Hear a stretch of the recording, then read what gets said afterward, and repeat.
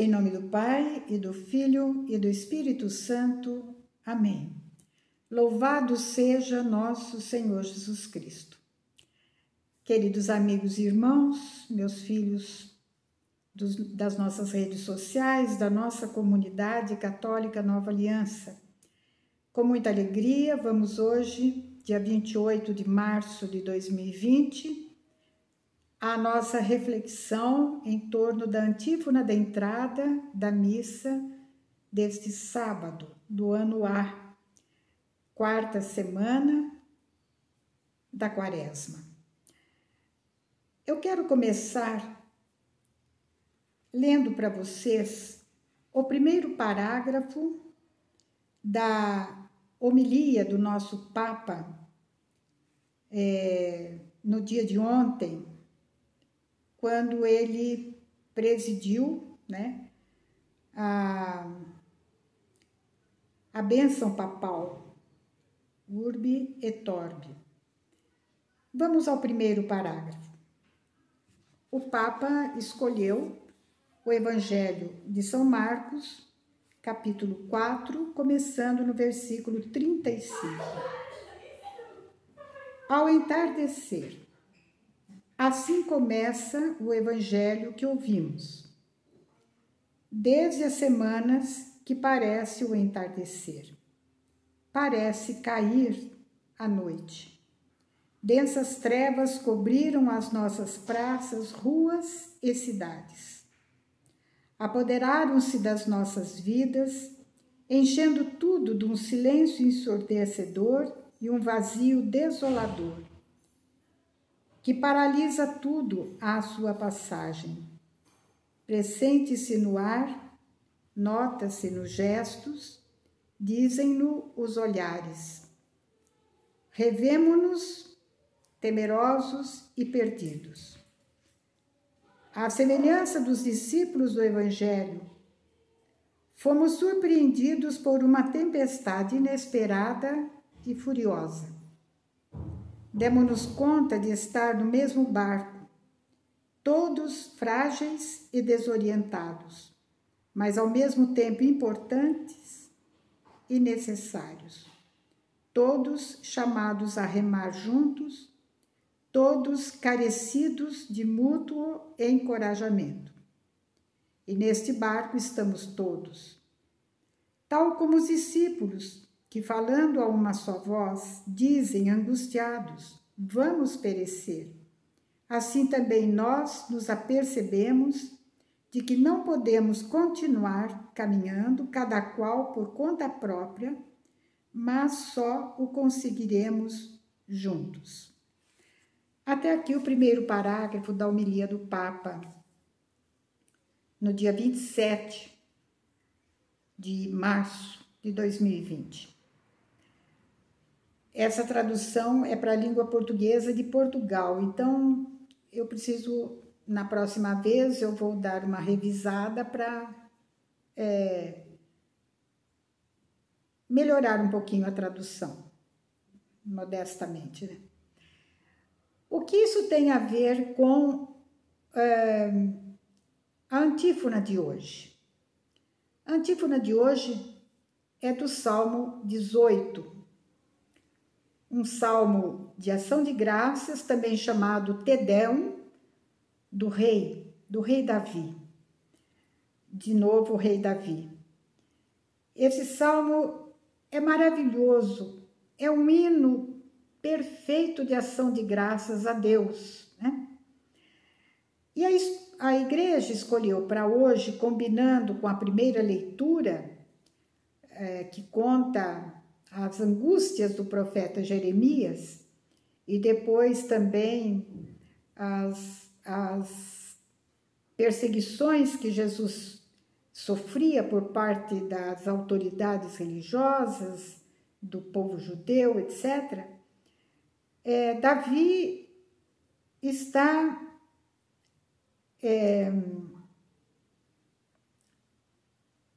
descrevendo para nós, no versículos 5 e 6, a situação na qual ele se encontrava. Eu sei que eu já falei algumas vezes sobre essa situação, mas é a palavra que a igreja coloca na nossa mão hoje. Esse salmo começa com uma declaração de fé do rei Davi. Senhor, minha rocha firme, minha cidadela, meu libertador, meu rochedo no qual me refugio, meu protetor, minha força salvadora, meu defensor. E aí ele insere: invocarei o Senhor digno de louvor e estarei salvo dos meus inimigos. A grande oração de louvor espanta toda e qualquer tentação. Nos faz dirigir a Deus elogios, reconhecimento do que Ele é, na verdade. Mas nós não podemos fugir da justificativa. Por que que Davi estava, e depois continua, tecendo essa ação de graças, esse Te-Deum a Deus? O que que tinha experimentado Davi? Logo abaixo do título do Salmo, que não é Davi que colocou, mas foi os tradutores, para dar uma pista para nós do que se trata, do que trata aquele Salmo, Davi se dirigiu ao Senhor no dia em que ele o livrou do poder de todos os seus inimigos e da mão de Saul. É muito importante você ler isso que está em itálico, porque ele coloca mais ou menos a situação histórica do salmista. Então ele começa com uma grande ação de graças e depois ele olha para a sua vida pessoal, para a sua história, para o seu momento, um momento de angústia, de trevas que ele viveu, do qual Deus, com sua mão poderosa e braço estendido, o tirou de lá. O profeta diz assim, e a missa de hoje começa: ondas de morte me rodearam e torrentes de Belial me perturbaram. Surpreenderam-me os laços, cordas do Sheol me amarraram, surpreenderam-me os laços da morte. Nesses 2 versículos, as expressões que Davi usa são expressões que indicam um momento de muita e grave provação. Ondas de morte, perturbação, sentimento de aprisionamento nos laços da morte. Exatamente como o Papa descreve a situação da humanidade, não só da igreja, mas da humanidade, o ser humano, vivenciando, pegando com a mão, na concretude desta epidemia, desta pandemia, na verdade, e que realmente parece que neste momento nos pega a todos de surpresa. Mas vamos individualizar um pouco esta palavra. Todos nós temos na nossa história momentos de muita graça, de muito motivo de louvor e adoração a Deus. Aliás, isso deveria ser uma constante na nossa vida, porque mesmo quando passamos por tribulação, por sofrimento, Deus estará sempre, porque em Deus a gente não usa o passado nem o futuro, né, gente? Deus está, Ele é presença, presente. Deus está sempre tirando um bem tremendamente maior do que o mal pelo qual estamos passando. Então, todos nós experimentamos, como o profeta Jeremias, se não me engano é capítulo 11, vai estar sufocado pela situação em que os inimigos, e eu diria, quais são os inimigos da nossa vida? não são as pessoas, já falei isso para vocês. As pessoas são manipuladas, que nos causam mal, e quando também nós causamos o mal para os outros, isso tudo é fruto de uma grande manipulação do inimigo que nos quer afastados de Deus, que nos quer descrendo de Deus, que nos quer desconfiando da ação salvadora de Deus na nossa vida. Então, no meio dessa catástrofe espiritual, que se chama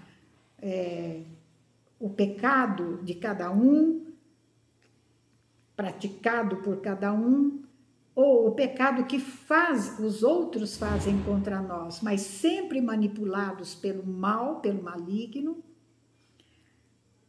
não resta outra coisa senão, nesse momento de angústia, invocar o Senhor. Chamar o Senhor aqui dentro do nosso coração. Clamar ao nosso Deus. Estou no versículo 7. Clamar, gritar para Deus. É uma forma de oração. Você já experimentou rezar assim? Diante de uma situação impossível de se solucionar. Você já experimentou gritar para Deus? Expor com veemência a sua necessidade? Experimente esse tipo de oração. Não para arrancar de Deus, fazer Deus mudar os seus projetos, os seus planos, para arrancar de Deus uma graça. Se Ele conceder a graça, maravilha, glória a Deus. Mas a maior maravilha é quando a situação não vai mudar, mas a nossa mente, o nosso espírito, o nosso coração consegue aos poucos ir se ajustando à permissão e à vontade de Deus. Ir se conformando com a vontade de Deus. Lembram-se da cena do Monte Calvário? Aliás, desculpem, do Monte das Oliveiras? Jesus ali angustiado, prevendo a traição, prevendo a morte, a prisão, o suplício e a morte de cruz, suplica ao Pai. Quando fala 3 vezes, se for possível, afasta de mim esse cálice, significa a intensidade com que Jesus pediu a Deus afastar dele aquele sofrimento. Mas a cada vez Jesus terminava com um ensinamento para nós. Nossas orações de súplica, de invocação e de pedido de graça deveria sempre terminar como terminou a oração de Jesus no Monte das Oliveiras. Mas não se faça como eu quero, mas como tu queres, Senhor. Então, clamou e Davi sentiu que Deus ouviu a sua voz e aquele clamor na presença de Deus entrou nos ouvidos de Deus. Estou me lembrando da nossa oração pela nossa família, uma oração da nossa comunidade. Senhor, vossos ouvidos estejam sempre abertos às orações que vos fazemos desta casa de oração e evangelização. Esta primeira casa de oração e evangelização é o nosso coração, é aquela cela interior, é a nossa interioridade. É dali que nós clamamos a Deus e depois, olhando para a nossa história, vendo como ela se desdobrou, como Deus agiu, como Deus está agindo na nossa vida, também nós temos que escrever, temos que reconhecer no nosso trato com Deus, através da oração de um Te Deum pessoal, uma ação de graças pessoal a Deus. É o que nós queremos pedir como graça desse momento, Senhor. Espírito Santo, vinde nos inspirar o que clamar, como clamar.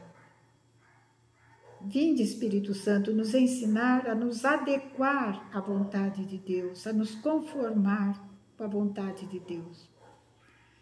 Vinde, Espírito Santo, ensinai-nos a agradecer, a bendizer, a reconhecer tantas, inúmeras, incontáveis graças que temos recebido do nosso Pai, por Jesus Cristo, nosso Senhor.